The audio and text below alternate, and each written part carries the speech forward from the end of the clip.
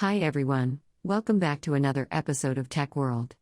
In today's video, I'm going to show you how to get to flash sales on Shein.